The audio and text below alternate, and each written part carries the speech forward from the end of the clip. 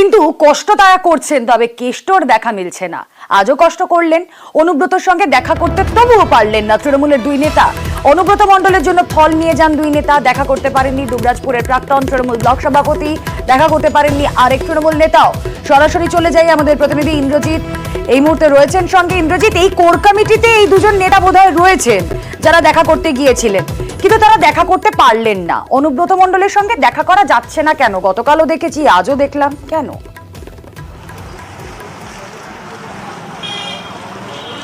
দেখো, যে দুজন নেতা তারা কিন্তু কোর কমিটিতে নয়, তারা কিন্তু একটা সময় বীরভূমের জেলা কমিটিতে ছিলেন। অনুব্রত মণ্ডল যখন উপস্থিত ছিলেন বীরভূম জেলাতে, তখন কিন্তু তারা জেলা কমিটিতে ছিলেন। পরবর্তী সময় দুজনকেই কিন্তু জেলা কমিটি থেকে সরিয়ে দেওয়া হয়, একজনকে ব্লক সভাপতি পদ থেকে সরিয়ে দেওয়া হয়, একজনকে জেলা কমিটি থেকেও সরিয়ে দেওয়া হয়।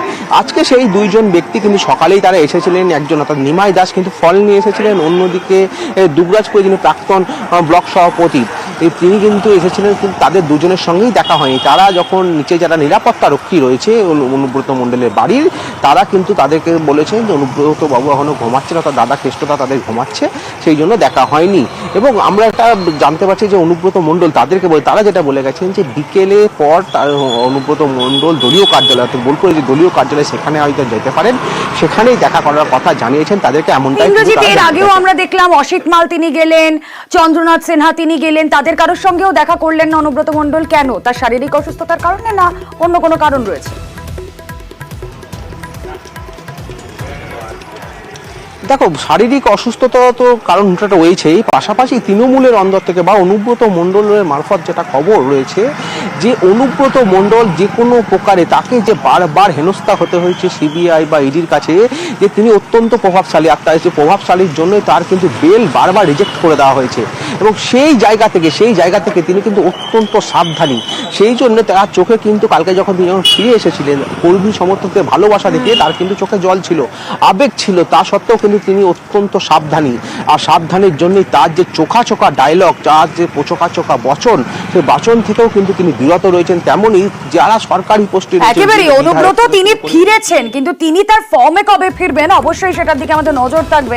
আপাতত ধন্যবাদ ইন্দ্রজিৎ। দাদা এখন অসুস্থ, দাদা শরীরটা ছাড়ুক, তারপরে আপনারা যা জিজ্ঞাসা করার করবেন।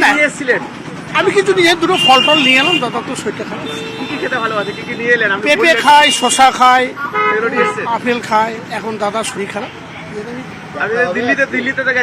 দিল্লিতে গেছিলাম। হ্যাঁ, দেখা হবে, নিশ্চয়ই দেখা হবে। আমাদের সঙ্গে অবশ্যই দেখা হবে। দাদার কাছে লোক কাছেই আছি, আর সেইটুকু দিয়ে আমাদের যথেষ্ট। দাদা সুস্থ উঠুক আমরা কামনা করি। আমি ওসব ভাবি না। কেষ্টদা আমার শুধু নয়, বীরভূমের প্রত্যেকেরই গার্জেন এবং শুভাকাঙ্ক্ষী। আমরাও কেষ্টদা শুভাকাঙ্ক্ষী, তাই কেষ্টদার সাথে দেখা করতে এসেছিলাম, অনেকদিন ছিল না তো।